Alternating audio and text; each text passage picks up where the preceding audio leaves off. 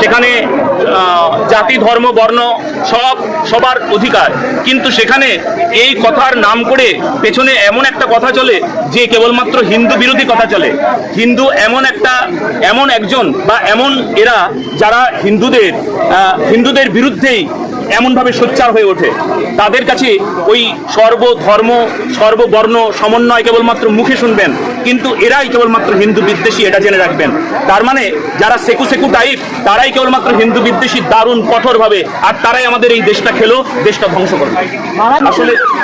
আসলে জনসংখ্যা বৃদ্ধি বিষয়টি আপনি এই মুহূর্তে আমাদের একটা সার্ভে এই মুহূর্তে আপনাকে জানাতে পারি যে ভারতবর্ষে প্রতিদিন সন্তানের জন্ম, হিন্দুদের সন্তানের জন্মের সংখ্যা শুনলে আপনি বলবেন একই কথা।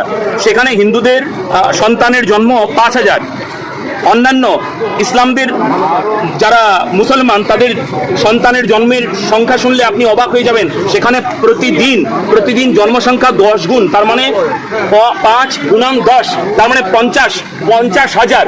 যেখানে কেবলমাত্র 5,000 হিন্দু সন্তানের জন্ম হয়, সেখানে মুসলমানদের সন্তানের জন্ম হয় 50,000।